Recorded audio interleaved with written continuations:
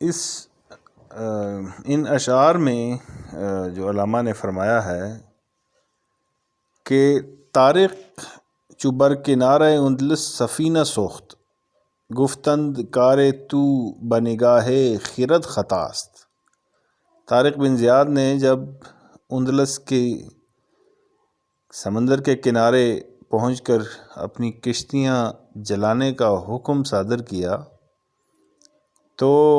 اس کے کچھ کمانڈروں نے کہا کہ آپ کا یہ فعل عقل کی نگاہ میں، ٹیکٹکس کی اصطلاح میں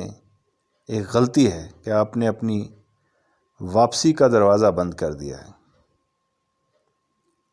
دوریم از سواد وطن باز چون رسیم،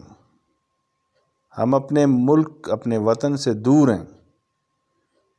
جانا پڑا تو کیسے جائیں گے؟ ترک سبب ضروع شریعت کجا رواست، سبب کو اسباب کو چھوڑ دینا شریعت کی روح سے کب جائز ہوا ہے؟ تو اس پر ایک بہترین قسم کا رپلائی طارق بن زیاد نے دیا کہ خندید و دست خویش بشمشیر برد و گفت، ہنسے، ہاتھ اٹھا کر شمشیر پر رکھے، شمشیر نیام سے نکالی اور فرمایا ہر ملک ماست کہ ملک خدائے ماست،